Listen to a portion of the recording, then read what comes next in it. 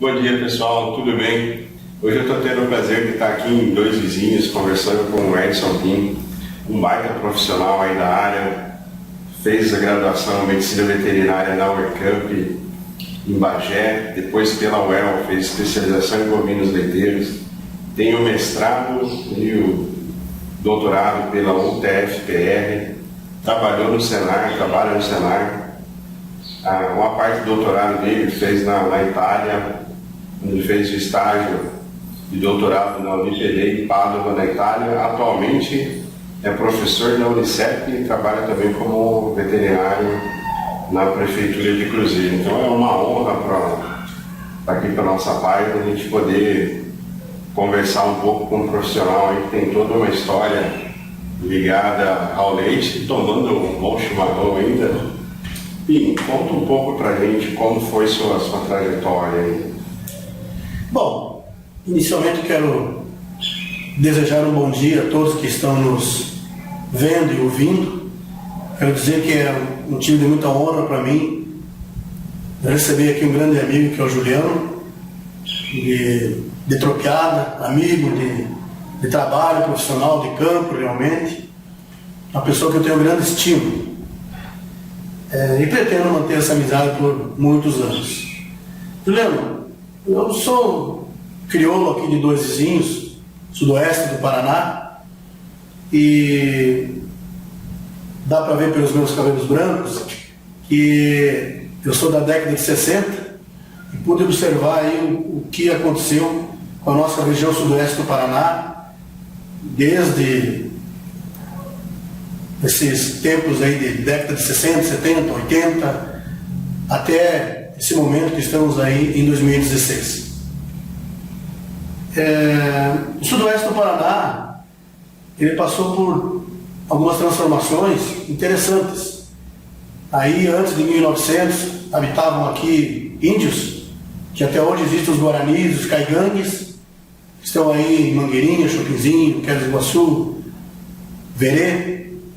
Depois houve a miscigenação, a vinda dos negros nesta região que muito auxiliaram, e houve a formação de caboclos que contribuíram com a nossa região até a década de 1930, 40, quando então os colonizadores europeus de origem europeia, como por exemplo italianos, alemães, poloneses, vieram para o sudoeste do Paraná, como por exemplo meu pai, e começaram a fazer seu trabalho.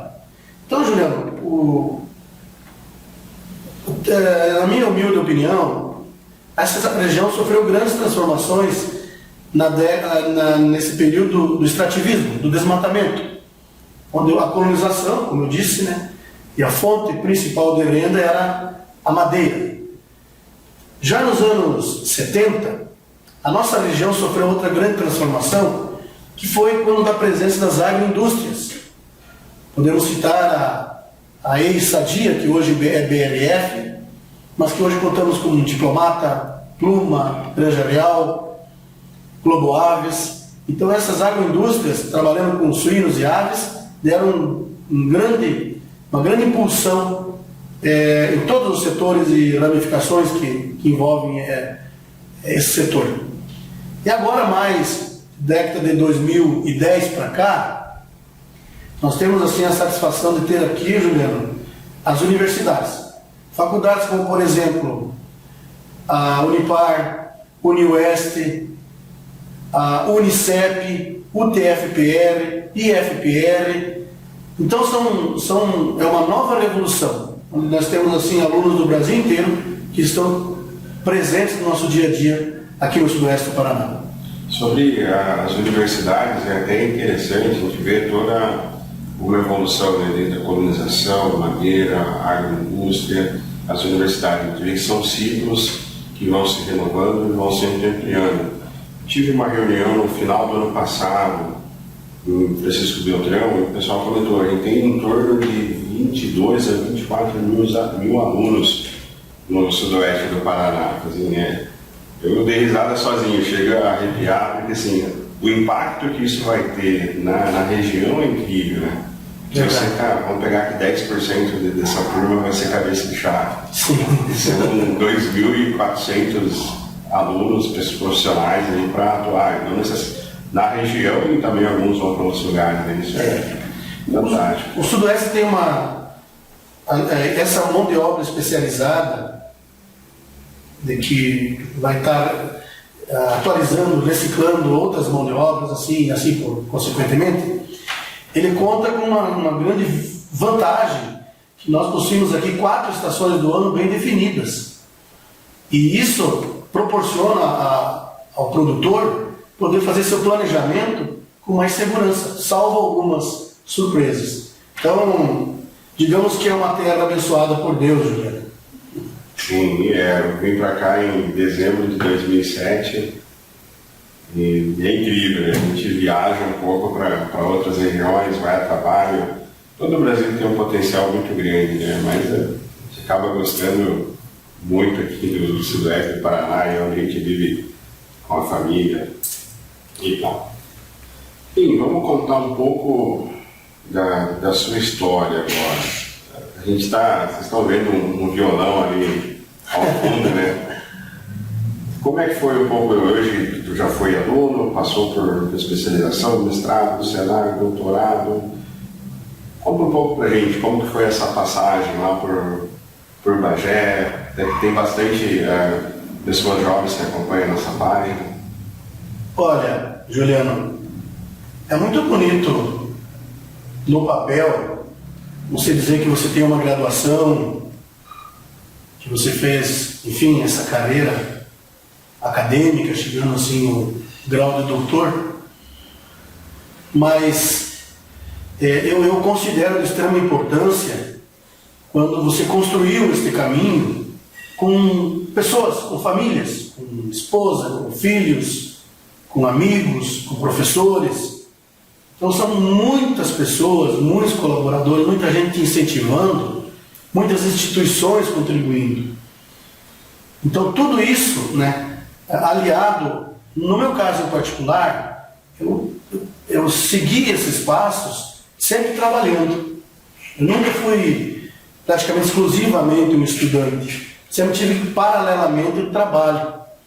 Então, prático, diretamente e eu cito com muito orgulho, com o nosso agricultor, nosso agropecuarista, nosso agricultor de origem familiar.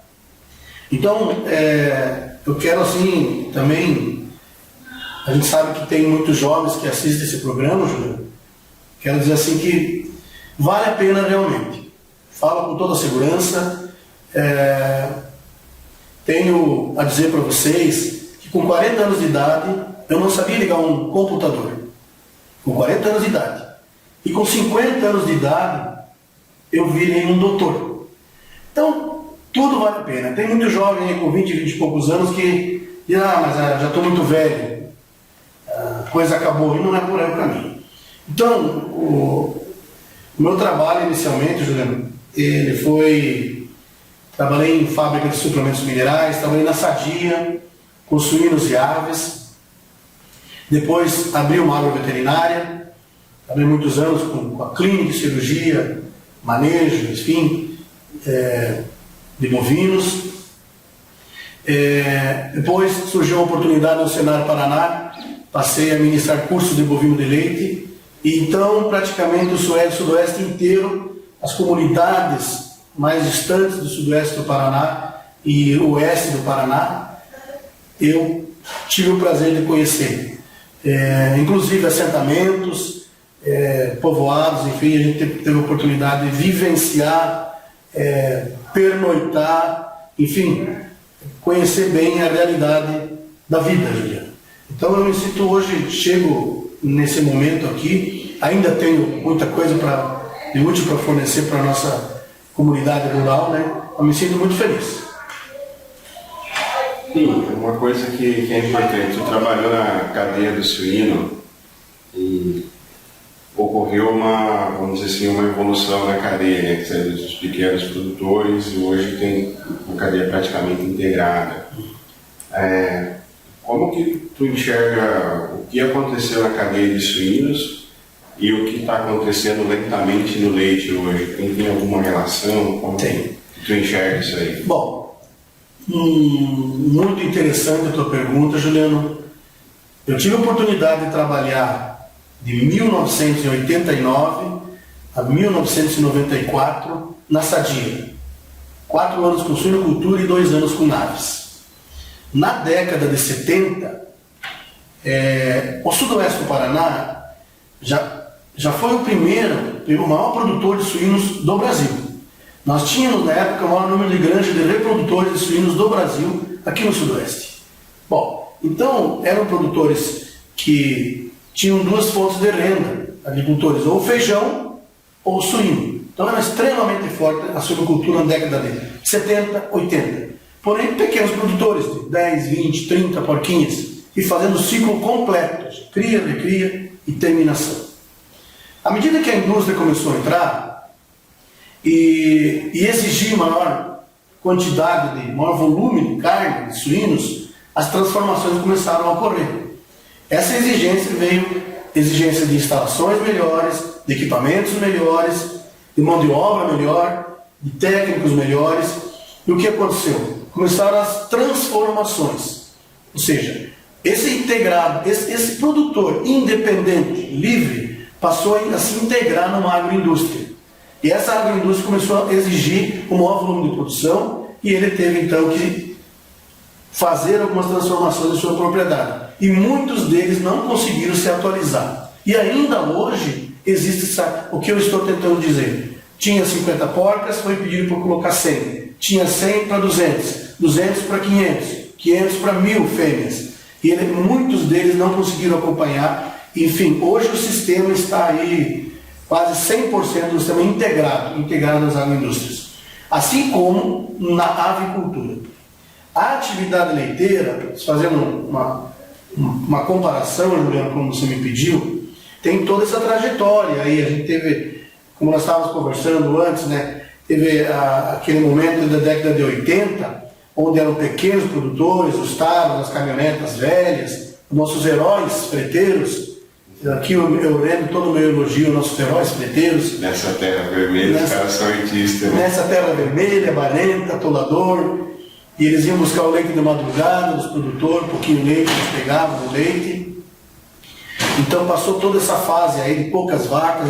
A cultura do nosso povo, é bom que se diga, Juliano, não é uma cultura de trabalhar com a pecuária especializada. Ele era um agricultor de feijão, de trigo, de milho, de soja um pouco, né? E depois ele começou a aprender, e ainda está aprendendo a trabalhar com bovino de leite. A evolução aconteceu. Uma curiosidade, Juliano, eu sou testemunha de uma situação aí na década de 90.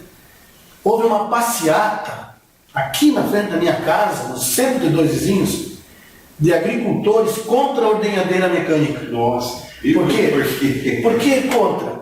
Porque a ordenhadeira mecânica ia acabar com os colonos. A mentalidade que se vendeu, que se deixou quando começou a ordenhadeira mecânica aparecer, os colonos se reuniram e começaram a fazer manifestação até na prefeitura, dizendo: querem acabar com os colonos, querem acabar com os colonos. Eu tirei leite na mão lá em São Paulo, até meus 20 anos. E foi uma bênção quando a gente colocou ele. Você vê. E depois, passados 2, 3 anos, de novo veio aquela onda, a onda não, a real, que é o tanque de expansão. Sim. Outra passeada. Agora sim vão acabar com os colonos, né? Então você vê como que foi a mentalidade e as transformações da nossa região, né? Mas assim, especificamente respondendo a tua pergunta, a atividade leiteira, para ser transformada numa integração, no exemplo mais prático, um laticínio, ter lá seus 1000 produtores integrados, fornecendo vacas para eles, fornecendo a nutrição, os produtos veterinários, enfim, assistência técnica, eu acho a médio e longo prazo, a curto e médio prazo não acontece isso. Eu acho pouco provável isso, e eu acho que é muito bom que o produtor tenha essa independência. Não acho saudável que ele fique atrelado, acho que ele tem que ter essa independência. Acho importante que ele saiba que ele possa comprar e vender para quem ele quiser e gerenciar bem a sua propriedade para manter a sua margem de lucro. Exato. Bom, legal. E esse aspecto, essa riqueza histórica que tu está passando é uma coisa incrível. Eu gosto muito de entender um pouco da história, do que foi passado. Então, assim, uma coisa que dá para se tirar do leite. O leite vai se profissionalizar quando? Quando houver uma necessidade da indústria.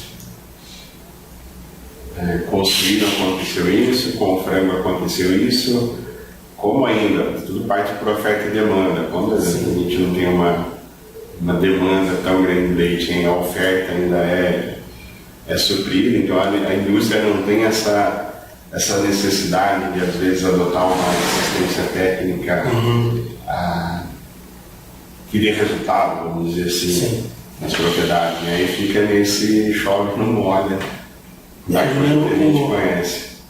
Eu não vejo outro caminho para alavancar de vez e profissionalizar de vez o nosso produtor de leite, a não ser pela prestação de serviço qualificado e motivado. Profissionais que amam verdadeiramente a atividade e que tenham verdadeira paixão por estar diariamente com o agricultor, com o produtor de leite. Técnicos qualificados e motivados que vão a campo. Existe muito discurso, Juliano, você sabe disso. Existe muito discurso, conversa fiada, programas, instituições governamentais, instituições particulares que fazem muito discurso, que é dinheiro para cá, que é dinheiro para lá, mas na real, que é o técnico lá com o produtor de leite, isso não acontece. Eu falo isso porque eu vivencio isso, observo isso, né? Como eu trabalho com assistência técnica, trabalho com o produtor, eu vejo a dificuldade que tem disso se tornar uma prática na nossa região. Então a gente conversou um pouco já sobre a história do Sudoeste, várias questões históricas que foram vindo até a parte do leite. Está desde 94 atuando no Senar. Como foi os trabalhos em 94, o dia a dia com o produtor, a adaptação dele a receber a mensagem, treinamento? Como foi essa evolução ali de 94, 2004, vamos começar agora 2015? O Senar Paraná, ele faz parte da minha vida. Afinal de contas, de 94 até este momento, eu trabalho com o Senar Paraná e me sinto muito honrado de fazer parte desse time, digamos assim. Porque enquanto, como eu vou repetir, enquanto muitos faziam discursos inflamados sobre prestar serviço ao produtor, nós estávamos indo lá na prática, na teoria e na prática do campo. Então o cenário efetivamente ele é prático, dentro do sistema que ele se propõe, que é como instrução como instrutor, né, como visitas técnicas ao produtor rural. Lá nos idos de 94, 95, 2000, como eu disse, a gente se espalhou por o sudoeste do Paraná, nas regiões mais distantes, e o perfil do produtor, então, ele era diferente, né? Ele praticamente não conhecia. Nós pegávamos um produtor que sabia plantar feijão, entendia de suínos, plantar milho, tinha algumas vaquinhas lá. Uma história bem interessante, Juliano, porque nos nossos cursos apareciam só homens e não vinha mulheres. E eu perguntava, escuta, mas cadê as mulheres no curso? Eles mudaram para cá, eles mudaram para lá, mas quando eu consegui tirar uma resposta, a mulher está em casa lá, cuidando das vaquinhas dela lá e tal. Mas por que ela não está aqui, se é ela que cuida da vaca? Se é ela que tira leite? Não, é que o leite lá em casa é só para a mulher ganhar os dinheirinhos dela, para comprar as coisinhas dela. Eu falei, mas isso não está certo. Se é ela que maneja os animais, que alimenta os animais, que cuida dos animais, que tira leite dos animais, ela devia estar aqui no curso, fazendo treinamento. Aí eles me responderam assim, não, mas eu chego em casa e eu passo para elas tudo. E uma das grandes mudanças foi no decorrer desses últimos anos, né? que os nossos cursos passaram assim a ter 60, 70% de mulheres, né? E elas realmente muito ativas, né? Começaram a participar. E aqui entre nós, Juliano, na questão de gerenciamento e de organização, limpeza e qualidade de leite, as mulheres são bem melhores do que os homens, né? Bem mais ou menos. Devemos admitir isso com humildade. Então, esse perfil de produtor, ele mudou e claro, daí começaram a aparecer produtores que já tinham 10 vaquinhas mestiças, depois 20 vaquinhas, 10 delas holandesa, ou 10 Jersey, depois com o tempo 30 vacas holandesas, 20, 30 Jersey, agora já temos de 100 vacas, 50 vacas, produtores de 150 vacas, enfim, houve muita mudança. Mas eu vou te contar uma história, Juliano.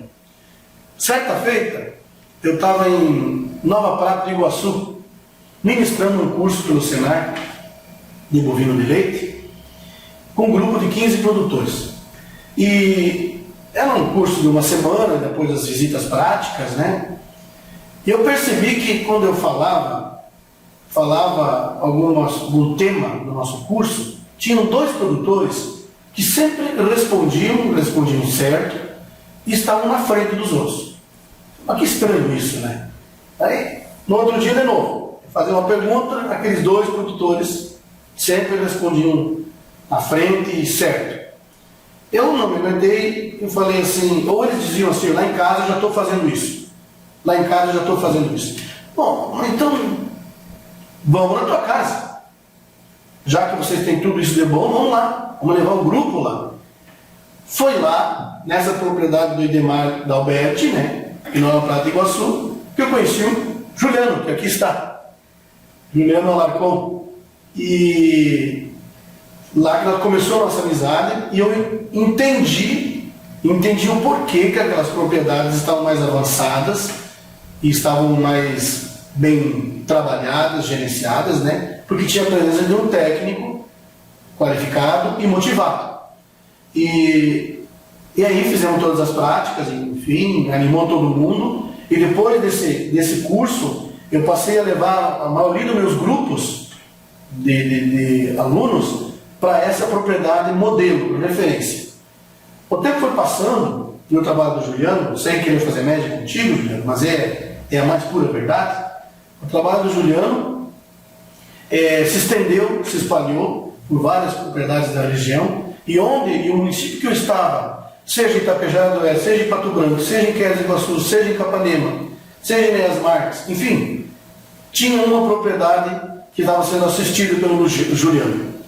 E é bem tranquilo, porque você pode levar um grupo de produtores nessa propriedade e mostrar então o manejo da pastagem, enfim, desde a fertilização, desde os cuidados necessários, o manejo das pastagens, a lotação animal, a organização, a gestão econômica e zootécnica, e isso impressiona muitos produtores. Então, eu confesso que me aproveitei muito, Juliano, do teu trabalho, das tuas propriedades, para poder levar a minha informação técnica aos produtores. Isso foi bastante saudável, nós trabalhamos juntos desde então, e tem resultados muito animadores. Agora quem vai te contar uma história sou eu. Dentro de uma dessas visitas, tu levou lá no Idemar um casal de produtores, o Márcio Orso e Ampere. E na época ele trabalhava com um caminhão, entregava ração, fazia alguma coisa de inseminação. Ele acabou entrando em contato, tive a oportunidade de trabalhar com ele quase 3 anos. Ele deixou o emprego na cidade, está lá na propriedade, assumiu a propriedade, botou o seu pasto, adubou certinho, já está com seus quase 400 litros de leite por dia. E até conseguiu comprar uma propriedade que seria do vizinho. Então, às vezes as ações que a gente faz, a gente não imagina o que pode ter feito o efeito na vida de uma família. Né? Verdade. Então, fantástico. Fantástico. O cara não esquece de ti. Eu também, Juliano, eu tive uma oportunidade, eu fui ministrar um curso em Mangueirinha, alguns anos atrás, e trabalhei lá numa comunidade, e depois de uns 5 anos eu voltei lá naquela comunidade, uma comunidade próxima, na verdade, fazer um curso. E daí no momento de irmos para a prática, vamos lá no João. Vamos lá no João, porque o João tem uma propriedade muito boa. Eu falei, bom, então vamos lá no João. E quando eu cheguei na casa do João, eu senti que era familiar aquela propriedade. Todo o grupo ali, mais 15 produtores. Quando nós sentamos para conversar, tomar um chimarrão, eu percebi que alguma coisa estava diferente. Que tanto a esposa, como os filhos, como o seu João estavam juntos, perto na mesma cadeira, próximos, né? E quando ele começou a conversar, ele olhou para mim e começou a chorar. Eu me emocionei muito, mas eu não sabia o porquê que ele estava chorando. E daí ele fez a seguinte declaração: seu Edson, o senhor não está lembrado de mim? O senhor lembra que o senhor veio aqui na minha propriedade, eu fiz o curso com o senhor, e agora o senhor vai estar vindo e voltando aqui. O que o senhor pediu para mim para eu fazer, eu fiz. E eu estou muito satisfeito, estou feliz com a minha propriedade, tá? Muito do que eu fiz eu devo ao senhor. Eu não pude conter minhas lágrimas também, né? E tem outras pessoas aí também que se emocionaram. Então, não existe dinheiro que pague, Juliano. Não existe dinheiro que pague do que a alegria e a felicidade de um serviço prestado e a realização de uma pessoa. Não existe, não existe. Isso aí é o que nos motiva a sair da cama todo dia, né? Esse idealismo a gente não pode deixar morrer nunca. Nunca, jamais. Bem, aí tu me passou uma parte que quando teve a ordenha foi um baque, quando chegou o tanque foi um baque, e quando chegou a silagem, quando chegou o sêmen, como que foi a reação da turma? Barbaridade. Olha, vamos falar da silagem então? Vamos. Você sabe que o nosso produtor ele é um especialista em produção de milho, né? E tem uma cultura extremamente rica e proveitosa, enfim. Ele é um expert em produzir milho aqui na nossa região, no sudoeste do Paraná. Bom, produzir o milho e vender no comércio dá dinheiro. Agora, convencer ele de produzir o milho, moer, enterrar para dar para as vacas, é outro departamento. E a gente teve muita dificuldade, né? E aí tem muitas instituições que eu devo citar. Eu quero lembrar na minha entrevista também a Emater, que é um trabalho muito bom que ela fez aqui na nossa região, né? Então, para convencer esse produtor a ele enterrar o milho moído, né? A planta inteira do milho moído para depois dar para as vacas, para abrir depois dar para as vacas, é difícil, porque a cultura dele estava em ganhar um dinheiro mais rápido, né? Então, desta forma, ele teria que dar para o animal para depois gerar o leite para ganhar o dinheiro, né? Então, o que eu posso salientar é que houve uma barreira, né? E até hoje a gente trabalha com silagem e ainda não é uma técnica ainda totalmente dominada. Existem falhas ainda na silagem, né? Que precisam melhorar. Na verdade, Juliano, existe muito, na minha humilde opinião, existe muito que crescer ainda na nossa atividade leiteira. Não? O Sudoeste não é um lugar pronto. Não é nada disso, não. Tem muito para se fazer tecnicamente aí. E você me pediu sobre o sêmen. O sêmen. O sêmen, então você imagina você lá em 1990, por aí, 90, 95, teve um programa bem interessante do estado do Paraná, que foi doado um veículo, um botijão, os equipamentos e doses de sêmen para cada prefeitura do Paraná. Foi doado. E depois, no decorrer dos anos, foi incorporado pela prefeitura todo esse material. A resistência era muito grande. Se ainda hoje, em 2016, nós temos produtores que preferem colocar o touro, com um monte de argumentos que não convencem, né? Imagine naquela, há quantos anos atrás? 1990, 26. 20 e poucos anos atrás.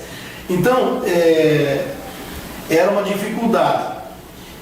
Principalmente o diagnóstico do cio, porque com o touro, todos sabem, ele fica junto com a vaca e ele vai algumas vezes durante 1 ou 2 dias ele pode fazer a cobertura, mas o sêmen, inseminação artificial, requer o momento exato de diagnóstico e de inseminação. Então as falhas eram muitas e a gente acabava perdendo a credibilidade, porque o produtor dizia que não funcionava a inseminação, porque na verdade o diagnóstico e o momento de inseminar não era correto. Então foi todo um trabalho, não foi muito fácil não. Sim, quando a gente teve a oportunidade de se conhecer em 2009, com o Adelaide Mestre e o Demar Alberto, aí junto vamos pegar essa escala de evolução, né? Ordenho, tanque, silagem, sêmen. Acredito que deve ter sido uma das primeiras vezes que chegou a ouvir falar das tais 10 unidades animais por hectare, ou 10 vacas de 450 quilos, seria uma unidade animal igual a 450 quilos.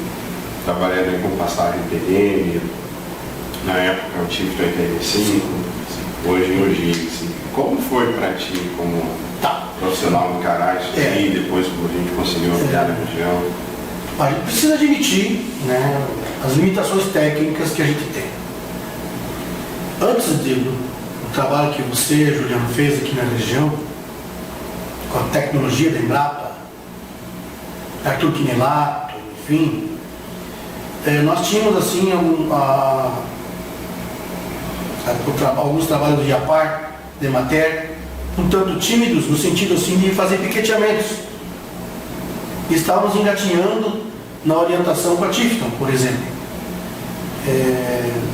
Alguma coisa de Tanzânia, Mombasa ainda não se falava, Gibbs não existia, e no inverno já era uma tradição do produtor colocar aveia e azevém, mais aveia, pouco azevém. Porém, o manejo no inverno era um desastre total, que vinha chuva, enfim, e acabava com tudo. Quando eu presenciei, eu lembro que eu fiz uma entrevista contigo uma vez lá numa propriedade, então, para eu mostrar nos meus cursos, né, que você me explicou como é que era o manejo de piquetes. Porque você pensa em chegar num piquete de 500 metros quadrados e você vê 10, 15 vacas de 450 kg, 500 kg em si comendo. Uma Tifton ou uma Mombasa é algo que impressiona. É algo que impressiona. E em primeira instância você não acredita. No outro dia vai para outro piquete e assim sucessivamente. Claro que tem todo um acompanhamento técnico, fertilização, enfim, ureia e tal. Então eu levei um choque a princípio. Mas daí acompanhando e vendo na prática o que significava e o resultado, eu me convenci disso. Não foi, aí tá o legal da conversa, não foi só um susto para ti. Quando eu fiquei sabendo em São Paulo, né, na primeira palestra que eu ouvi que dava para trabalhar com 10 animais por hectare, eu fiquei louco. Eu falei, vou colocar 10 vacas por hectare, piquete, pensando no Tifton, piquete de 500 metros para colocar 10 vacas, cheguei daqui às vezes 15, 16.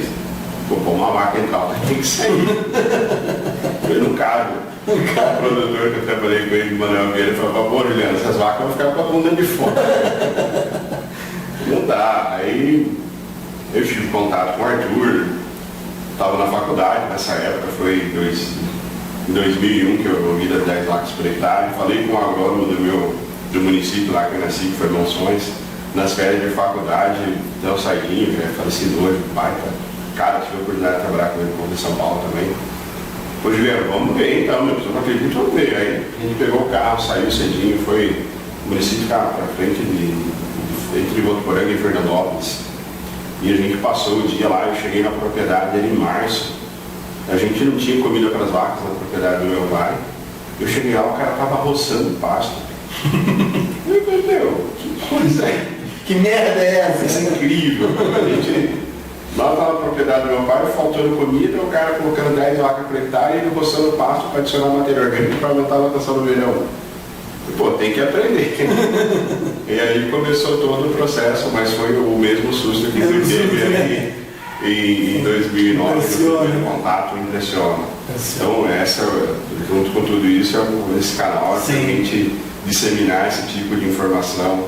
Outra situação boa que vocês fazem, que não faz parte da nossa maneira de trabalhar, que é o gerenciamento econômico da propriedade. Vocês trabalham, tu, Juliano, trabalha muito bem nisso, mostrando na realidade para o produtor os números, né? Gestão é tudo. Gestão é tudo e a gente peca muito nesse ponto, né? Isso é como eu tive a oportunidade, a última vez que a gente se encontrou foi em novembro, né? Vim participar de uma aula com os alunos. Até hoje. Convidado é novo. No combinado.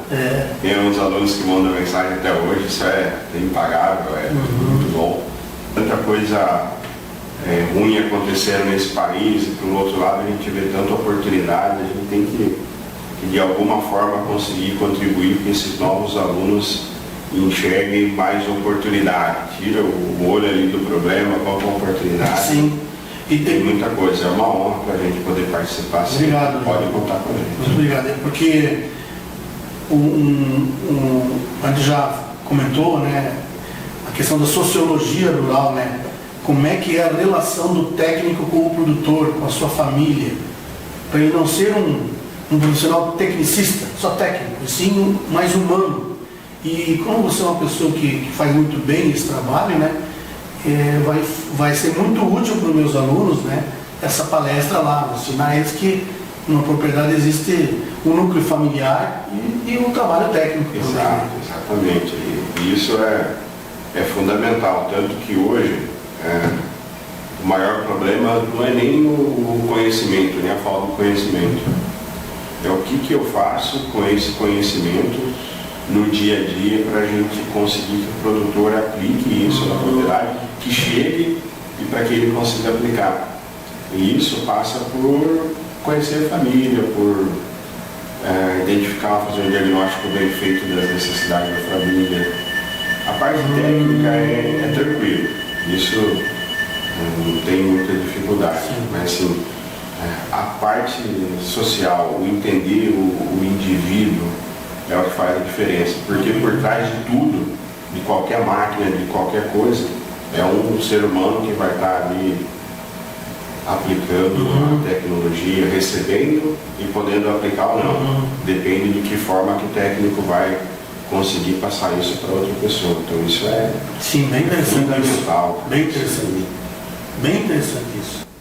Sim, a gente falou bastante da parte de campo, bastante da sua vivência aqui no Sudoeste e na prática. E como foi a parte sua acadêmica, que fez a especialização de bovinos de leite pela UEL, o mestrado e o doutorado pela UTFPR, com a passagem da Itália na pessoal de Pablo. Conta um pouquinho para a gente parte da especialização do mestrado. Juliano, eu acho que sim, que dá para destacar essa especialização que eu fiz na UEL, o momento lá em 2002, onde se acordou realmente para a questão sanidade e qualidade, sanidade dos animais e qualidade do leite. Então, eu lembro que a gente, como veterinário, começou a se preocupar bastante com enfermidades tipo IBL, BVD, mais ênfase com brucelose, tuberculose, as instituições como a SEAB começaram a se preocupar bastante e os veterinários passaram a fazer exames sorológicos para diagnosticar essas enfermidades e fazer então a prescrição de vacinas para um controle mais rigoroso. Até porque os produtores não sabiam o que estava acontecendo e a gente teve que intervir. Então, ia destacar bastante a questão da sanidade. E a qualidade do leite, os laticínios também começaram a perceber que estavam perdendo muito economicamente e que algo estava acontecendo. E passaram até a colocar técnicos no campo, com o apoio de outros profissionais, fazer o CMT, ou simples técnica da caneca, ou mesmo mandar para a associação em Curitiba as análises do leite, para diagnosticar as contágios somáticos e contágio bacteriana. Então, acho que esses dois pontos foram importantes no ano 2000, né, para começar realmente uma preocupação com essas duas questões aí. Do meu mestrado, eu posso destacar que eu trabalhei com aveia e azevém e trigo duplo propósito, trigo tarumã. E o que foi bem interessante, o alto rendimento de matéria seca, 6, 8, 10 toneladas de matéria seca na aveia e no azevém, com níveis de proteína de 18, 20, 21% de proteína bruta. Isso é algo assim que o produtor de leite e muitos técnicos precisam ficar atentos, que dá perfeitamente trabalhar no inverno com essas forrageiras e ter um preenchimento aí de 4 até 6 meses, computando aí no final de maio até setembro, consorciando a aveia com a Zevem, ou mesmo usando uma aveia dessas melhoradas, a IPL 126, ou mesmo a IAPAR 61. Então, destaco esse trabalho do mestrado. Durante o doutorado, eu trabalhei com silagem de sorgo e tive uma oportunidade via CAPES, que é a Coordenação de Aperfeiçoamento e Ensino Superior, CNPq, né, onde eu tive a oportunidade de fazer um estágio de doutorado na Itália, mais precisamente em Padova, no nordeste da Itália. Na Universidade Nacional de Padova, eu fiz então um trabalho ao mesmo tempo com sorgo e com bovino de leite. Lá na Itália, Pinho, o que chamou mais a atenção nas fazendas da Itália? Lá, o processo de diminuição de produtores de leite foi bastante rápido. E hoje existem propriedades de entre 70, 200, 300 vacas em lactação. A genética, a maioria é holandesa, um percentual bem menor de Jersey e um pouquinho de pardo suíço. Em algumas regiões montanhosas, eles têm uma vaca originária da Itália chamada Burlina, mas que é mais produzir um leite dito natural. Assim. Bom, o que me chamou a atenção nessas propriedades é a automação, né? A informatização do sistema do manejo e a tecnologia. Eu tive a oportunidade de ver fazendas com 50, 70 vacas manejadas, tocadas por um só produtor.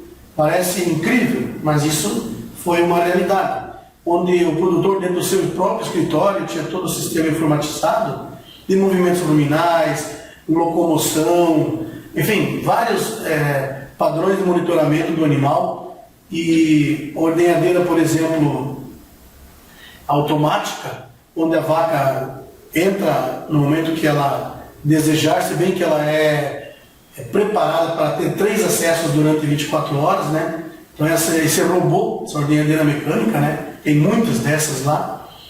E a alimentação basicamente é forragem, silagem, forragem úmida, feno e ração. Me impressionou também, eu trabalhei numa fábrica chamada Cortal, Extra Soy, e acompanhei o técnico junto com o veículo, Juliano, onde dentro desse veículo tinha o NIRS, que é um equipamento para fazer análise dos alimentos, análise instantânea dos alimentos. Então nós chegávamos nas propriedades, coletava a silagem, colocava no equipamento, já sabia qual o nível de proteína, energia, minerais, enfim, que continha naquela silagem, naquele feno. Online, passava essas informações para a fábrica, a nutricionista da fábrica fazia a fórmula, né, acrescentando na farinha de soja, milho, junto com a silagem, então, e formulava uma ração apropriada para adicionar junto à silagem. E no outro dia o caminhão já trazia a ração com a formulação pronta. Então isso é algo assim que me impressionou. Fora isso, uma coisa que os italianos fazem bem é trabalhar unidos em associação. Então eu conheci e fiz estágio na Arábia, na Associação de Elevatores, que é a Associação de Produtores de Leite, e tem um laboratório completo, totalmente gerenciado pelos produtores. Tem seus técnicos, análise de leite, análise de matéria-prima, e eles são muito unidos e organizados. Então, e as discussões com as indústrias se tratam num nível bastante alto.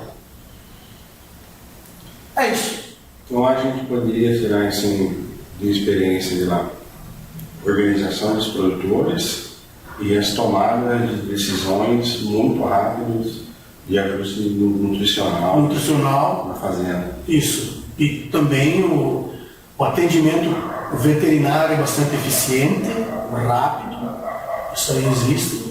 E a automatização dos processos. Dos processos, né? Para que uma pessoa consiga trabalhar com mais animais. Uma pessoa trabalhar com 50 vacas, né? Parece incrível, mas isso é verdade. Sim. Do que tu viu lá, o que poderia ser aplicado aqui no Brasil ao longo dos anos? Eu vejo assim que em termos de nutrição, falta é vontade realmente das instituições, vontade de muitos técnicos, de adquirir equipamentos, de se tecnificar, e das fábricas de ração também estar nesse nível, para poder, por exemplo, fornecer uma ração de alta qualidade, né? Eu diria assim, uma ração que sofresse uma análise laboratorial antes mesmo de ir para o produtor, a matéria-prima, e para o produtor a ração dessas vacas. Então isso está ao nosso alcance, mas na prática ainda não é feito totalmente. Eu sei que tem boas iniciativas aí, as fábricas nossas estão trabalhando nesse sentido, mas poderia avançar mais. Então vamos chegando aí ao final da entrevista. É uma satisfação enorme poder estar sempre contigo e conversar e entender um pouco mais da história, né, da região que a gente decidiu viver e morar. E eu queria, para a gente fazer um encerramento, deixar aí com três partes. Vamos pensar uma mensagem que tu conseguir fazer para os produtores, uma para os alunos e outra para os técnicos também que possam estar vendo o vídeo. Vamos lá. Mensagem para os produtores, Juliano. Nossos valorosos produtores. Já faz parte da cultura do nosso povo sudestino trabalhar bastante na agricultura. Primeira coisa, não desanimar. Não sou um economista, mas creio que estamos vivendo momentos que não se deve arriscar. Não se deve investir pesado em instalações, enfim, em projetos muito ambiciosos. Existem áreas da atividade leiteira, como por exemplo a nutrição, a sanidade, as pastagens, que entra nutrição, sanidade, genética, que não tem um custo tão elevado como as instalações, por exemplo, ou mesmo alguns equipamentos muito caros. Dá para ser um pouco tolerante em termos de investimentos. E acreditar na técnica, que o produtor conheça e confie no seu técnico, aquele que ele escolheu, que percebeu que é uma pessoa de confiança, tecnicamente preparado, deposite a confiança nele e trabalhe junto com ele, assumindo as responsabilidades de ambas as partes, técnico e produtor. A relação técnico-produtor é como se fosse um casamento, vamos dizer assim. Como nós estávamos falando, né, Juliano?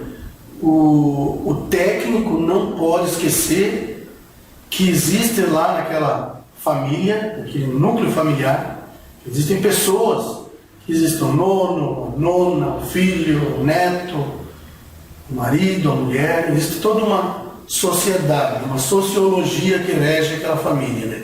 Aquela comunidade, enfim. Então os técnicos não podem ser muito bitolados no exercício de sua profissão, sem lembrar que existe a parte mais humana da questão do trabalho do dia a dia. E a respeito dos meus queridos alunos, né, durante as nossas aulas eu procuro sempre dizer o que eu acabei de relatar aqui para você, Juliano. Acabei de dizer agora, ser um bom técnico, mas ser também humano. E que isso é velho que eu vou dizer, mas o que tem se sobressaído realmente são os mais confiáveis e melhores tecnicamente. Então são duas coisas importantes da mensagem que eu diria para os nossos alunos. Ser bem preparados tecnicamente e ser bastante humanos. Eu acho que isso aí é fundamental. Joia. Então, hoje vamos encerrando por aqui a entrevista. Qualquer comentário, pergunta, pode deixar abaixo aí no vídeo, que a gente pode estar tirando essas dúvidas depois até fazendo outras entrevistas com o Binho, outros profissionais da área.